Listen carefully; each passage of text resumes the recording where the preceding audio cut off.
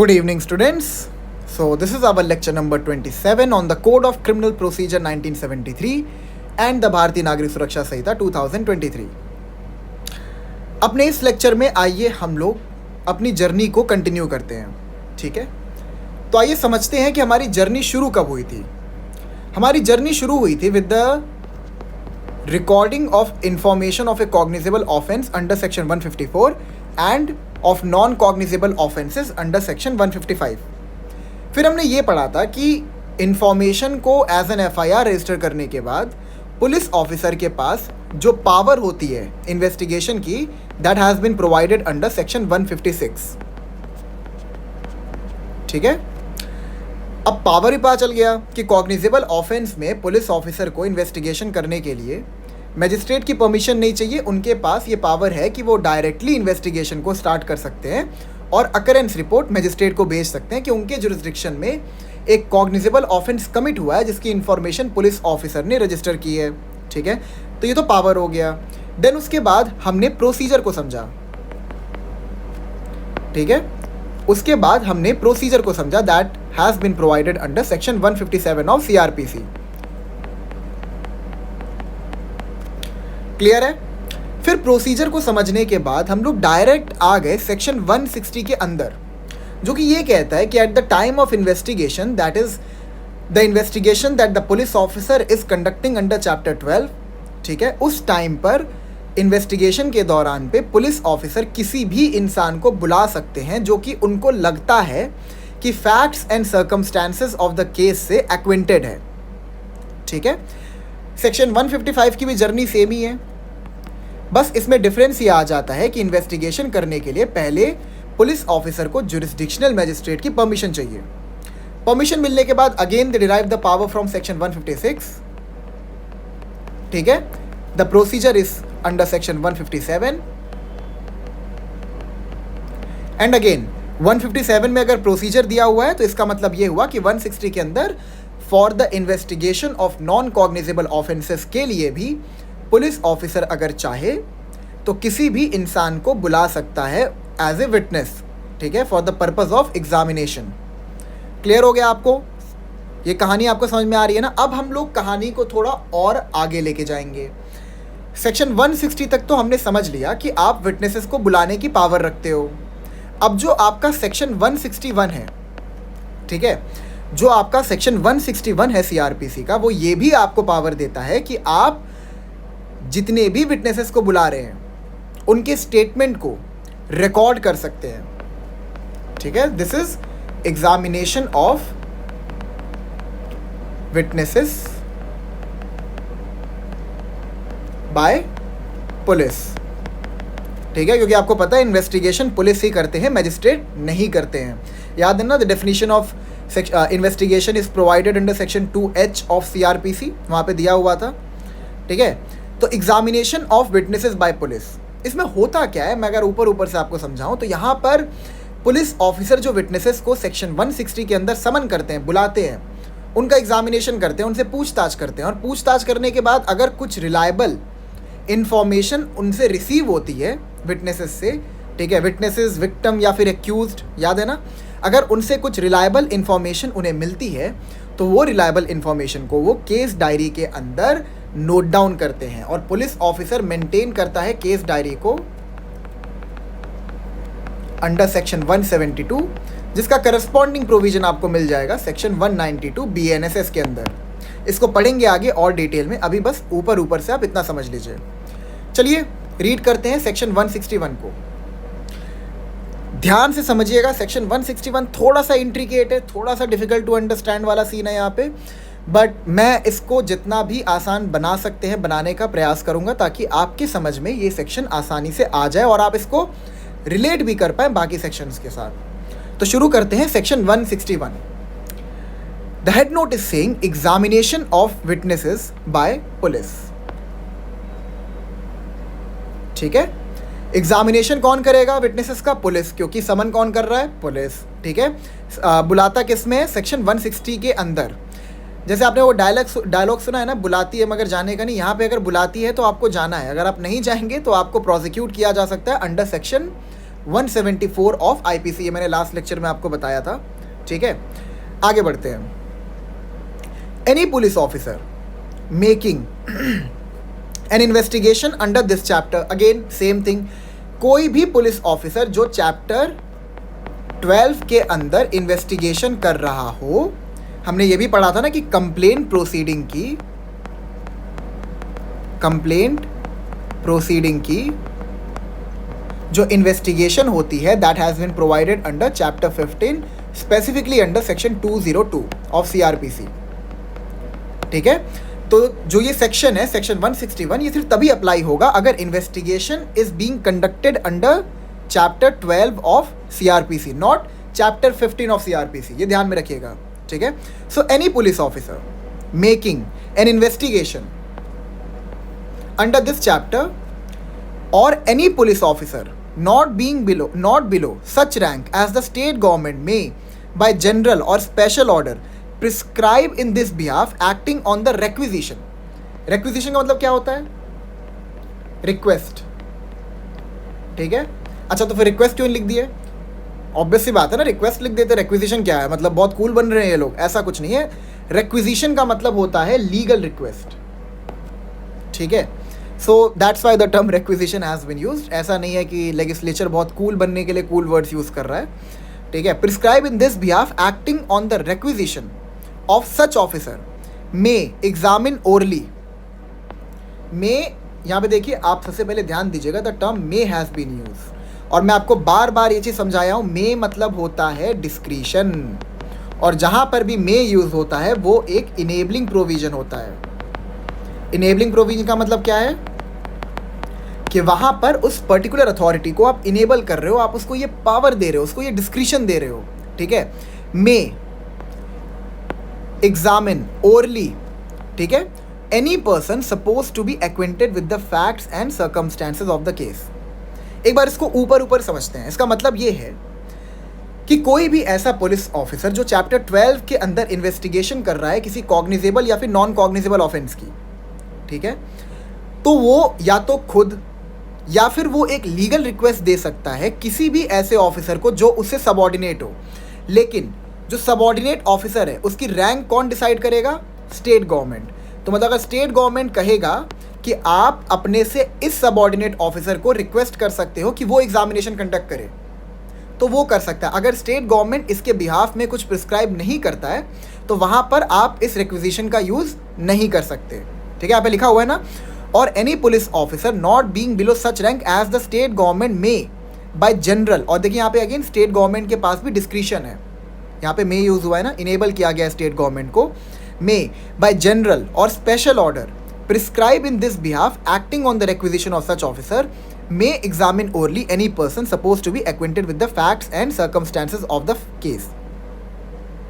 अब यहाँ पर जो चीज़ समझने वाली है वो ये है कि जो पुलिस ऑफिसर हैं, ठीक है, वो या तो खुद ही एग्जामिनेशन कंडक्ट कर सकते हैं उन इंसानों का जिन्होंने, उन पर्सन्स का जिनको इन्होंने सेक्शन 160 के अंदर बुलाया है, जिनको समन किया है, ठीक है, या तो वो अगर चाहें और स्टेट गवर्नमेंट ने इस बिहाफ में प्रिस्क्राइब किया है तो अपने से किसी सबऑर्डिनेट ऑफिसर को रिक्विजिशन भेज सकते हैं, लीगल रिक्वेस्ट भेज सकते हैं कि मेरे बिहाफ में तुम एग्जामिनेशन कर लो, ठीक है।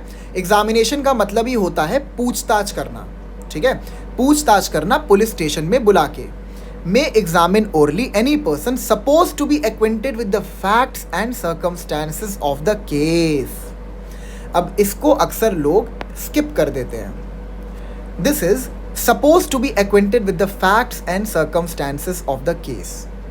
अगर आपको मेरा लास्ट लेक्चर याद हो तो आपको ध्यान होगा कि जब समन करने की बात आती है, जब बुलाने की बात आती है, तो वहां पर लिखा था appears to be acquainted with the facts and circumstances of the case, ठीक है। This has been provided under section 160। अब यहां पर क्या लिखा है? यहां पर लिखा है सपोज्ड। अपीयर क्यों नहीं लिखा है? कितना बड़ा डिफरेंस आ गया ना। मैं समझाता हूँ, ये वर्ड की रेलेवेंस बहुत ज़्यादा है, इसको आप ध्यान में रखिएगा। अपीयर और सपोज दोनों ही डिफरेंट टर्म्स हैं। और याद रखिएगा, जब भी आप किसी कानून को पढ़ते हैं उसमें उसको वर्ड बाय वर्ड पढ़ना चाहिए। हर वर्ड एक मीनिंग कैरी करता है, एक बहुत ही मीनिंगफुल मीनिंग कैरी करता है, जिसको आपको ध्यान में रखना है जब भी आप किसी सेक्शन को इंटरप्रेट करने की कोशिश करें। So the difference between supposed and appear is the degree of certainty. ठीक है, the degree of certainty comes into play. जब आप अपीयर की बात करते हैं तो इसका मतलब होता है पुलिस ऑफिसर को लगता है, मतलब हो सकता है कि जो स्पॉट ऑफ क्राइम था, जब वो वहाँ पे गए इन्वेस्टिगेशन करने, तो उन्होंने देखा यहाँ पे कई सारे शॉप्स हैं। ठीक है, हो सकता है क्राइम 12 बजे हुआ हो, रात के 12 बजे क्राइम कमिट हुआ हो। 12 बजे तो आमतौर पे शॉप्स नहीं खुले रहते हैं, बट उनको लगता है कि मतलब इनमें से कोई भी शॉप ओनर क्या पता क्राइम होते हुए देखा हो, तो वो सारे के सारे शॉप ओनर्स को मतलब कॉल कर सकते हैं पुलिस स्टेशन में कि तुम आओ, ठीक है, हमें आपका एग्जामिनेशन करना है। क्लियर है आपको? तो सो दिस इज अपीयर, मतलब लग रहा है कि क्या पता इसको पता हो। सपोज का मतलब यहाँ पर ये होता है कि एग्जामिनेशन करने के बाद जो शॉप ओनर्स थे, उनकी एग्जामिनेशन करने के बाद पुलिस ऑफिसर को पता चला कि अरे इस शॉप ओनर को तो पता है, इसने तो क्राइम कमिट होते हुए देखा है, ये तो एक बहुत ही इम्पॉर्टेंट विटनेस है इस केस में। ठीक है, तो सपोज में क्या होता है, जो डिग्री ऑफ सर्टेनिटी होती है वो हायर होती है। ठीक है, तो याद रखिएगा सपोज्ड और अपीयर में एक डिफरेंस है। सेक्शन 160 के अंदर अपीयर है, मतलब कि आप किसी को भी बुला सकते हैं जो आपको लगता है कि वो facts and circumstances of the case से एक्विंटेड है। लेकिन 161 में ये कहता है कि आप उन्हीं लोगों का स्टेटमेंट रिकॉर्ड करेंगे जो आपको लगता है कि एक बहुत ही इंपॉर्टेंट विटनेस है और इसके स्टेटमेंट, इसका जो स्टेटमेंट है, उस विटनेस का जो स्टेटमेंट है वो बहुत ही इंपॉर्टेंट रोल प्ले कर सकता है इन्वेस्टिगेशन में। क्लियर है आपको? तो यहाँ पे degree of certainty comes into play. फिर से पढ़ते हैं सबसेक्शन 1 को। Any police officer making an investigation under this chapter or any police officer not below such rank as the state government may by general or special order prescribe in this behalf, acting on the requisition of such officer, may examine orally any person supposed to be acquainted with the facts and circumstances of the case। ठीक है, इसका मतलब यहाँ पे यही है कि कोई भी पुलिस ऑफिसर जिसने सेक्शन 160 के अंदर किसी इंसान को समन किया है उसको एग्जामिनेशन करने के लिए, वो या तो खुद उसकी एग्जामिनेशन कंडक्ट कर सकता है, ठीक है, या फिर वो अपने से किसी सबऑर्डिनेट ऑफिसर को डायरेक्ट कर सकता है कि तुम उसकी एग्जामिनेशन कंडक्ट करो। और यहाँ पे सपोज का मतलब क्या है कि आप सबकी एग्जामिनेशन कंडक्ट कर रहे हो, ठीक है, लेकिन कुछ लोग आगे कुछ भी फालतू फैक्ट बोल के चले जा रहे हैं जो इन्वेस्टिगेशन के पर्पज से बिल्कुल भी रिलायबल नहीं है। तो ऑब्वियस सी बात है, आप ना उनके स्टेटमेंट को रिकॉर्ड करोगे ना उनकी एग्जामिनेशन को कंटिन्यू करोगे। तो सपोज में degree of certainty is higher. यहाँ तक आपको क्लियर हो गया? सबसेक्शन 1 क्लियर हो गया। Let's move ahead to subsection 2। अब सबसेक्शन 2 जो है ये बहुत इंपॉर्टेंट है, ठीक है, ये बहुत इंपॉर्टेंट है, इसको बहुत ध्यान से आप समझिएगा। इसको समझने के लिए आपको section 132 of the Indian evidence act 1872 को भी रेफर करना पड़ेगा और साथ ही साथ article 20 clause 2 of the Indian constitution को भी रेफर करना पड़ेगा। तो आइए इनको साथ में समझते हैं, ठीक है। सबसेक्शन 2 सेज सच पर्सन, कौन पर्सन? जिसको बुलाया गया और जिसका एग्जामिनेशन हो रहा है, shall be bound to answer truly all questions. Bound to answer truly all questions, सारे के सारे जो सवाल उससे पूछे जा रहे हैं उसको सही जवाब देना है। Relating to such case put to him by such officer other than questions the answer to which would have a tendency to expose him to a criminal charge or to a penalty. दोबारा इसको पढ़ते हैं। Such person shall be bound to answer truly all questions relating to such case, ठीक है, put to him by such officer, मतलब या तो इधर the officer in charge the police station who is conducting the investigation, या फिर अगर उसने किसी को रिक्विजिशन दिया है अपने सबऑर्डिनेट ऑफिसर को, वो। Other than questions the answers to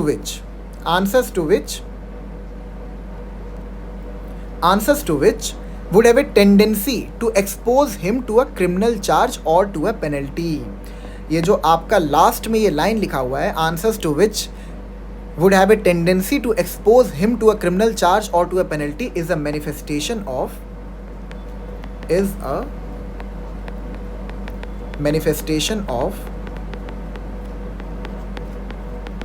Article 20 Clause 2, which is doctrine of self incrimination.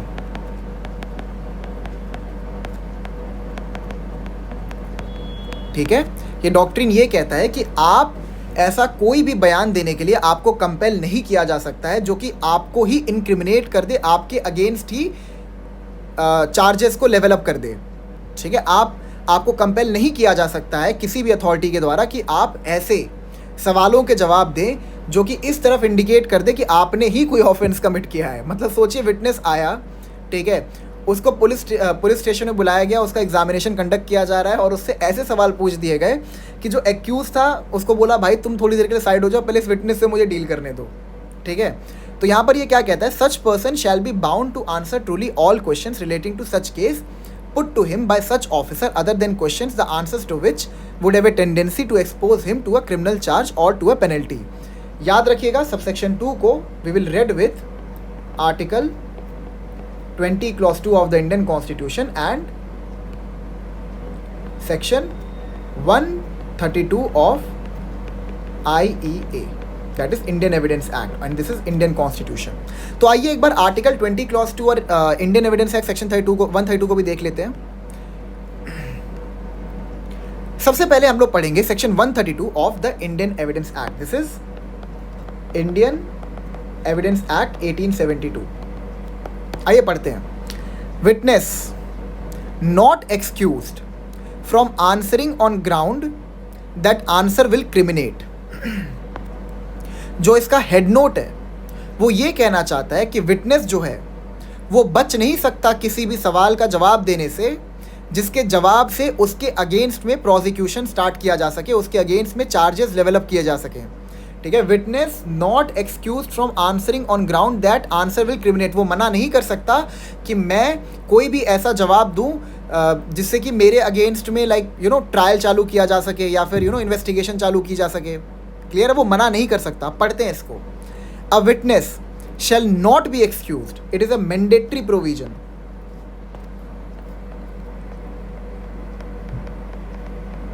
ठीक है, it is mandatory.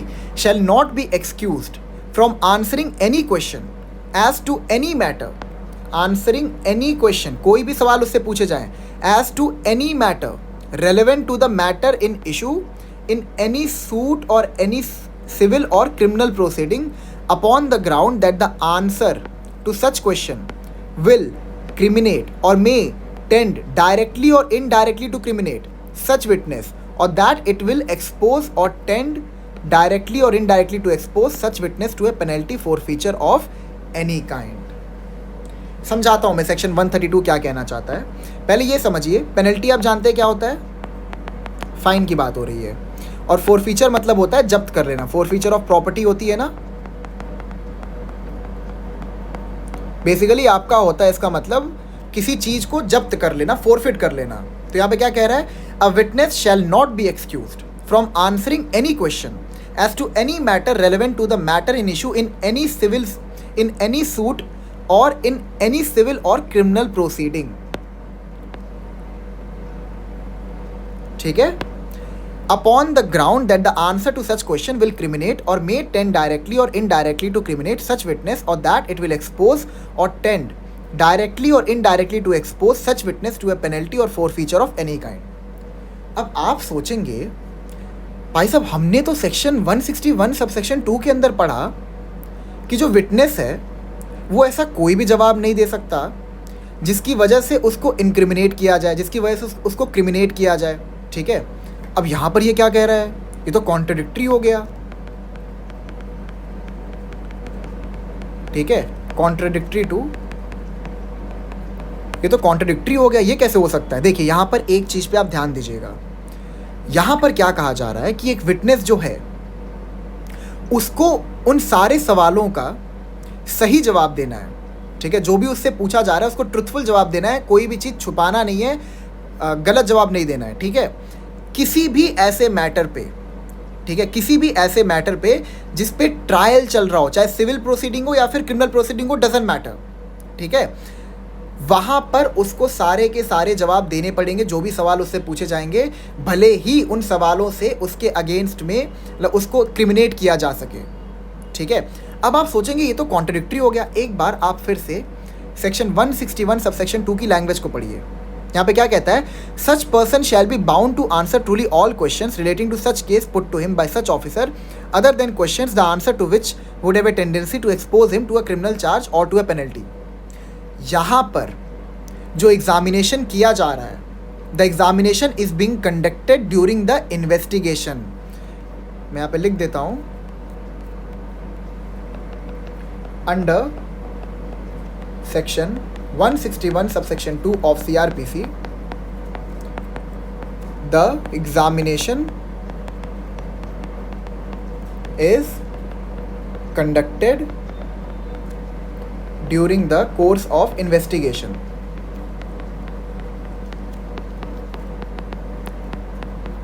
ठीक है, but under section 132 the examination is conducted during the time of inquiry और trial. ध्यान समझिएगा, फिर से पढ़िए इसमें क्या लिखा है। A witness shall not be excuse from answering any question as to any matter relevant to the matter in issue in any suit or in any civil or criminal proceeding upon the ground that the answer to such question will criminate or may tend directly or indirectly to criminate such witness, or that it will expose or tend directly or indirectly to expose such witness to a penalty or forfeiture of any kind। इसका मतलब यहाँ पे यही है कि section 132 is applicable at the time of trial। I'm so sorry, यहाँ पे inquiry नहीं होगा, ठीक है, ठीक है, यहाँ पे आपका सिर्फ ट्रायल की बात हो रही है। हाँ, तो यहाँ पर सेक्शन 132 की जो एप्लीकेबिलिटी है वो during a civil or criminal proceeding है, मतलब ट्रायल के टाइम पे है। लेकिन जो सेक्शन 161 सबसेक्शन 2 की जो एप्लीकेबिलिटी है, जो वहाँ पे प्रोटेक्शन है, वो प्रोवाइड किया गया है to any witness while he is being examined by a police officer who is conducting an investigation under chapter 12 of CRPC। Difference समझ में आ रहा है ना आपको? मतलब अगर एक विटनेस है, ठीक है, ट्रायल में उससे पूछताछ की जा रही है, मतलब ट्रायल में उससे सवाल जवाब किए जा रहे हैं, तो वहाँ पर उसको सारे के सारे जवाब ट्रुथफुली देने पड़ेंगे। और अगर वो नहीं देता है, मतलब उसको देने पड़ेंगे, यहाँ पे ये चीज़ शैल यूज़ हुआ है, मैंडेटरी है, उसको देने पड़ेंगे, ठीक है। तो ये जो सेक्शन 132 की एप्लीकेबिलिटी है, ये खाली ट्रायल के टाइम पे है, भले ही सिविल हो या क्रिमिनल हो, प्रोसीडिंग चाहे सिविल हो या क्रिमिनल हो, डजेंट मैटर, ये सिर्फ ट्रायल के टाइम पे ही है। लेकिन जो सेक्शन 161 सबसेक्शन 2 था, उसकी एप्लीकेबिलिटी इन्वेस्टिगेशन के टाइम पे है, ठीक है। अब now the next question is, यहाँ पे लिखा है कि उसको सारे के सारे सवालों के जवाब देने पड़ेंगे ट्रुथफुली। अब अगर वो नहीं देता है, ठीक है, अगर वो ट्रुथफुली जवाब नहीं देता है, तो फिर सेक्शन 174, 176 एंड 177 ऑफ IPC के अंदर उसके अगेंस्ट में, मतलब it would be an offence, ठीक है, इसको एक ऑफेंस माना जाएगा अगर वो ट्रुथफुली सारे सवालों के जवाब नहीं देता है तो, ठीक है। आइए इसका प्रोवाइजो पढ़ते हैं। Proviso, provided that no such answer which a witness shall be compelled to give shall subject him to any arrest or prosecution or be proved against him in any criminal proceeding except a prosecution for giving false evidence by such answer।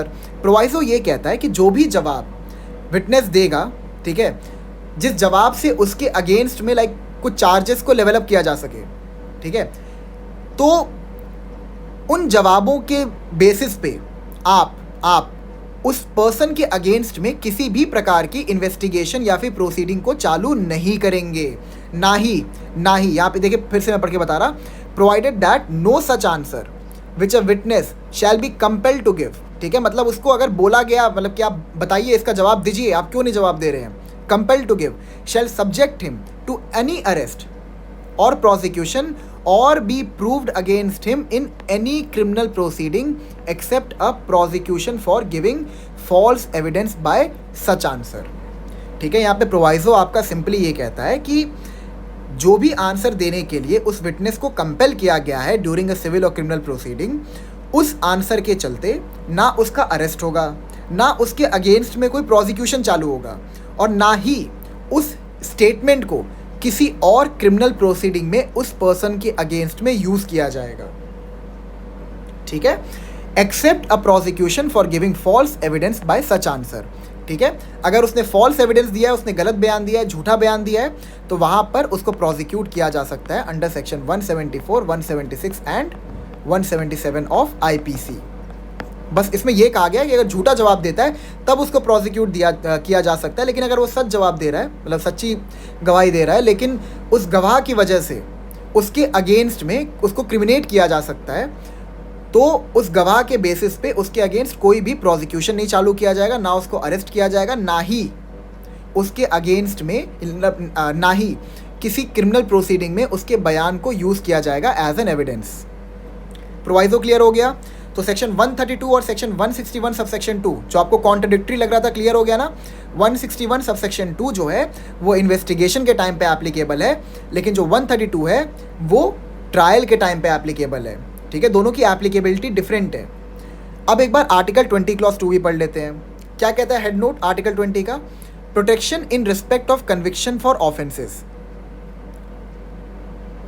Oh I am so sorry, it's article 20 clause 3, ठीक है। So correct कर लीजिएगा, ठीक है।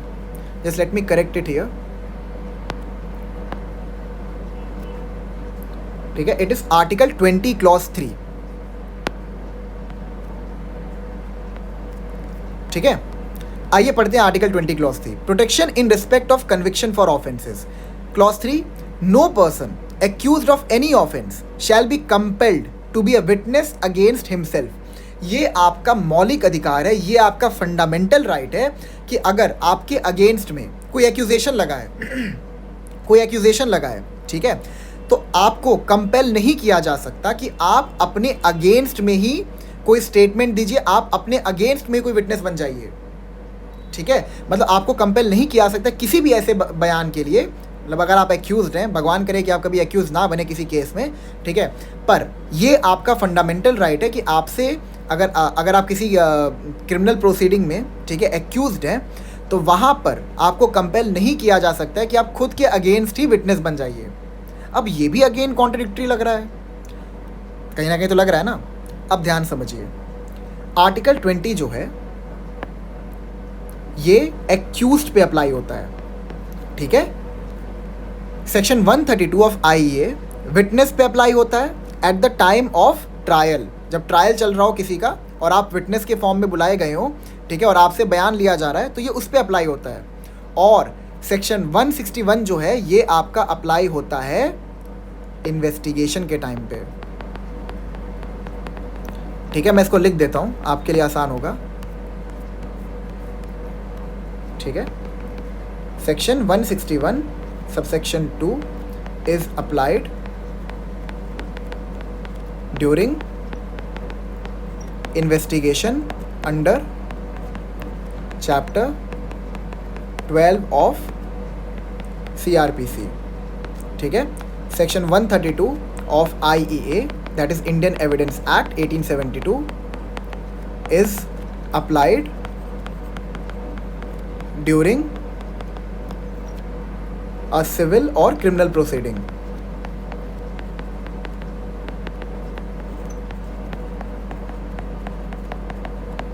ठीक है। And article 20 clause 3 is available to accused only, ठीक है। तीनों का डिफरेंस समझ में आ गया ना आपको? अब आइए इससे रिलेटेड कुछ केस लॉस पढ़ लेते हैं। जो फर्स्ट केस लॉ है R Dinesh Kumar versus state, ये सेक्शन 132 से रिलेटेड है। यहाँ पर सुप्रीम कोर्ट ने कहा था that section 132 of the Indian Evidence Act 1872 gives the power to the court to collect evidence from any source possible। जो 132 है इंडियन एविडेंस एक्ट का, वो कोर्ट को during the course of trial ये power देता है कि वो एविडेंसेस कलेक्ट कर सकते हैं फ्रॉम एनी सोर्स, कोई भी सोर्स पॉसिबल हो, चाहे विटनेस को क्रिमिनेट ही क्यों ना करना पड़े, मतलब विटनेस से कोई ऐसे स्टेटमेंट ही क्यों ना लेना पड़े जो उसको क्रिमिनेट करे, ठीक है। Section 132 is not in contravention of Article 20 Clause 3 as the former is applicable on witnesses and the latter is applicable upon accused, जो हमने अभी पहले पढ़ा था। फिर ये दूसरा केस लॉ है हजी अहमद हुसैन वर्सेस स्टेट, यहाँ पर कोर्ट ने कहा था, the court held the term witness under section 132 of the Indian Evidence Act 1872 means only those persons who enters the witness box and is sworn as witness. ठीक है, it does not apply on statements made during the investigation under section 161 of CRPC. तो जो बातें हमने की थी, या आपको उसका मैनिफेस्टेशन मिल गया सुप्रीम कोर्ट के जजमेंट्स में, तो आप इनको नोट डाउन कर लीजिएगा. ठीक है, क्लियर है आपको? ठीक है. अच्छा, इसमें एक चीज़ और समझ लीजिए, सेक्शन 132 में ऐसे आपके इन्फॉर्मेशन के लिए बता दे रहा हूँ. यहाँ प्रोवाइजो में लिखा है provided that no such answer which a witness shall be compelled to give. अच्छा, यहाँ पे कहा गया है कंपेल्ड टू गिव. ठीक है, कि अगर विटनेस को कंपेल किया जा रहा है कि आप ऐसा कोई जवाब दीजिए, भले ही वो जवाब आपको क्रिमिनेट करने की टेंडेंसी रखता हो, बट फिर भी आप वो जवाब दीजिए. अब यहाँ पर कंपेल की बात की गई है. अब अगर विटनेस अपने वोल्यूशन पे, यानी अपनी इच्छा शक्ति पे, अपने विल पे कोई भी ऐसा जवाब देता है जिसके लिए उसको कंपेल नहीं किया गया है जवाब देने के लिए, ठीक है, अगर विटनेस अपने मतलब कई बार आप मूवीज़ में भी देखे होंगे, विटनेस जाते हैं विटनेस बॉक्स के अंदर और गलती से ना वो खुद ही कुछ ऐसा बोल देते हैं कि उनके अगेंस्ट में ही कोई केस चालू हो जाए या फिर पुलिस ऑफिसर उनको ऑन द स्पॉट अरेस्ट कर ले. तो ऐसे सर्कमस्टेंसेस में वो कंपेल्ड नहीं होते हैं कोई भी ऐसा जवाब देने के लिए जो उनको क्रिमिनेट करने की टेंडेंसी रखता हो. ये डिफरेंस आप ध्यान रखिएगा. यहाँ पे कंपेल वर्ड यूज़ हुआ है, यानी आपसे ज़बरदस्ती पूछा जा रहा है, आप जवाब दीजिए. ठीक है, लेकिन अगर आपसे ज़बरदस्ती नहीं पूछा जा रहा और आपने ऐसे ही उगल दिया गलती से कोई ऐसा स्टेटमेंट जो आपके अगेंस्ट में यूज़ किया सकता है, तो वहाँ पर जो सेक्शन 132 का प्रोटेक्शन है, it will not be applied.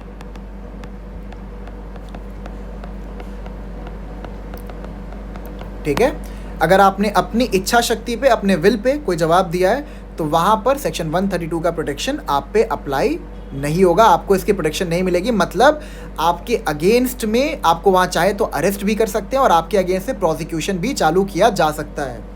तो ये चीज़ ध्यान में रखिएगा, बहुत ही इंटरेस्टिंग है इंडियन एविडेंस एक्ट और CRPC. ठीक है, आइए सबसेक्शन 3 पे आते हैं. तो ये पेनल्टी और फोरफीचर आपको समझ में आ गया ना. सबसेक्शन 2 एकदम क्लियर हो गया. Subsection 3, the police officer may, again discretion. May का मतलब क्या है? Discretion enabling.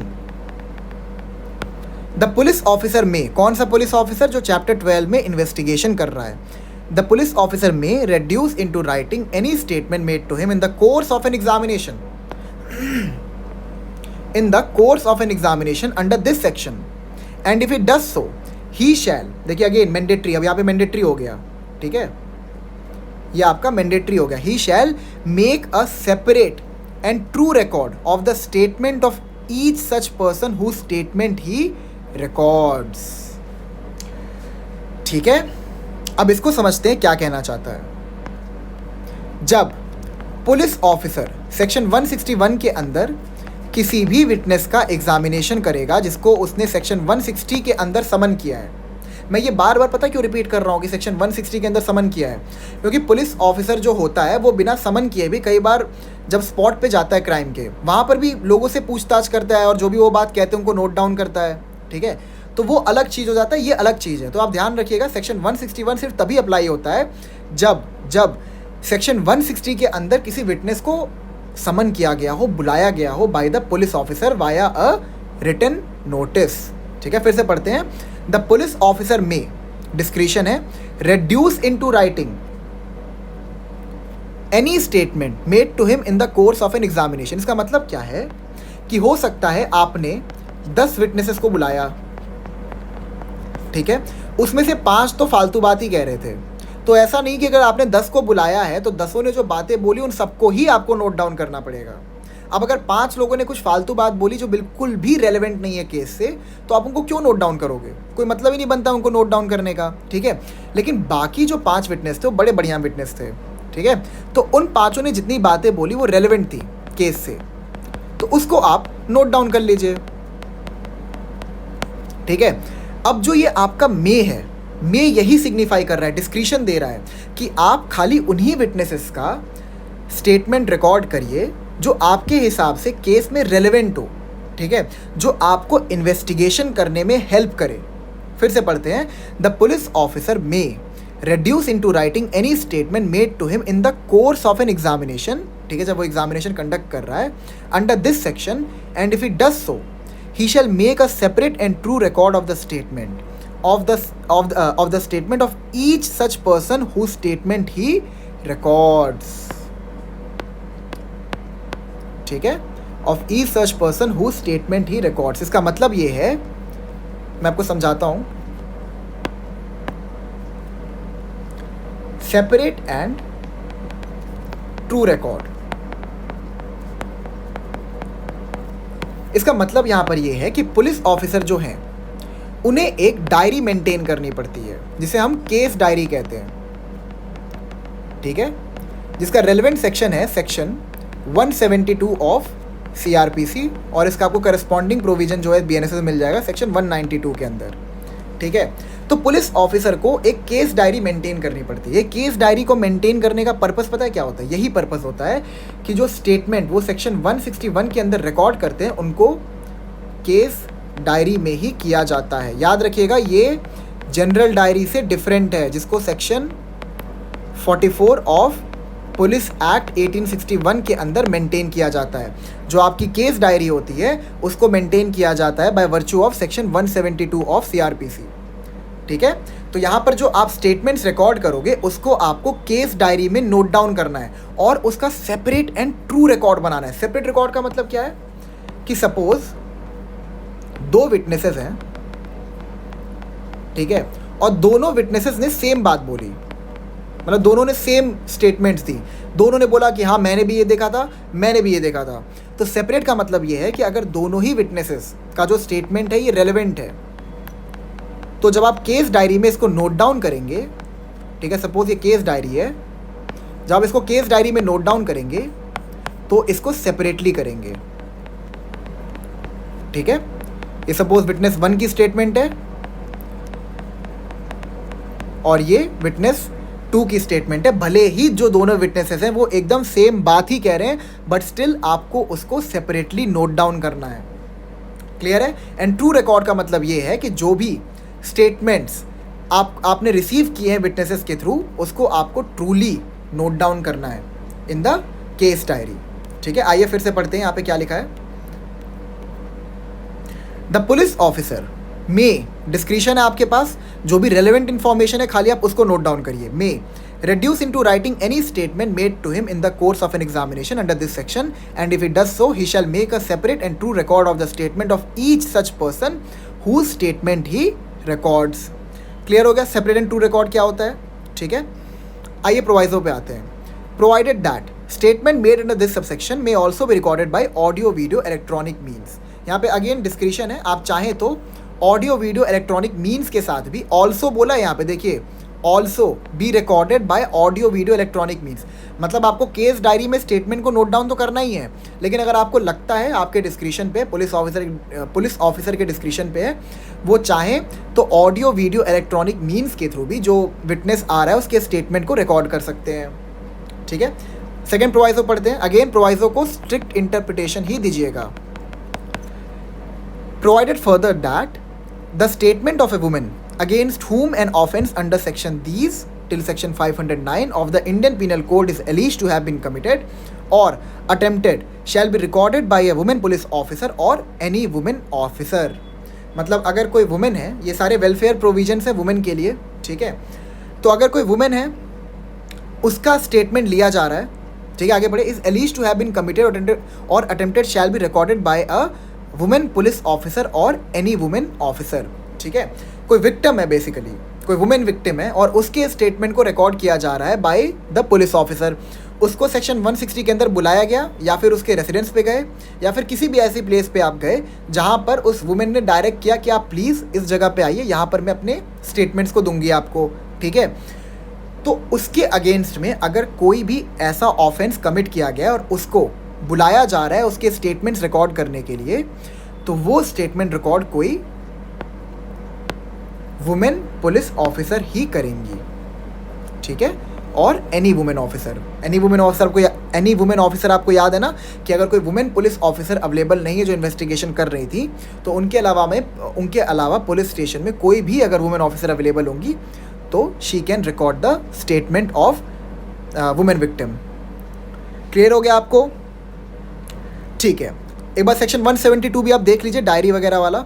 Every police officer making investigation under this chapter shall day by day enter his proceeding in the investigation in diary, setting forth the time at which the information reached him, the time at which he began and closed his investigation, the place or places visited by him and a statement of the circumstances ascertained through his investigation.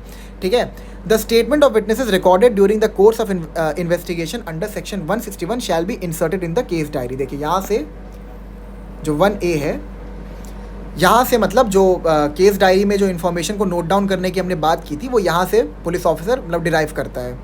ठीक है, तो अभी बस इतना ही relevant है। जब section 172 को detail में डिस्कस करेंगे तब इसको अच्छे से समझेंगे। तो क्लियर हो गया ना आपको सेक्शन 161? कोई भी डाउट हो आप उसको फ्रीली कमेंट सेक्शन में पूछ सकते हैं, मैं उसको क्लियर कर दूंगा। अब जो इसका करस्पॉन्डिंग प्रोविजन है BNSS का, उसको भी देख लेते हैं। अच्छा, एक केस लॉ समझ लीजिएगा। आई एम सो सॉरी, मैंने इसको स्किप कर दिया था। Kapoor Singh Rana versus state and city of Delhi, 2006 Delhi High Court. The court held that the recording of information under section 161 should be in first person and cannot be in narrative or boiled form. इसका मतलब यहाँ पर ये है, Delhi high court ने कहा था कि जिन स्टेटमेंट्स को आप नोट डाउन कर रहे हो केस डायरी के अंदर, वो नरेटिव फॉर्म में नहीं होना चाहिए।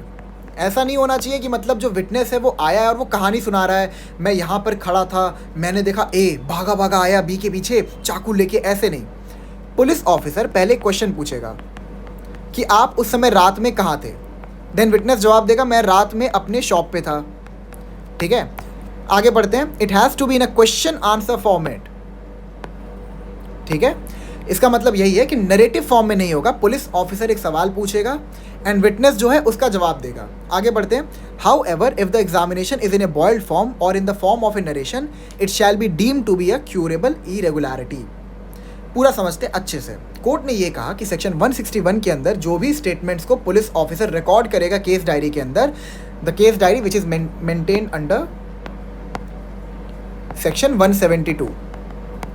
ठीक है, तो जो भी इंफॉर्मेशन वो नोट डाउन कर रहा है वो नरेटिव या फिर बॉइल्ड फॉर्म में नहीं होना चाहिए। नरेशन नहीं होना चाहिए कि विटनेस आके बता रहा है मैंने ये देखा वो देखा, ऐसे किया वैसे किया, ये नहीं।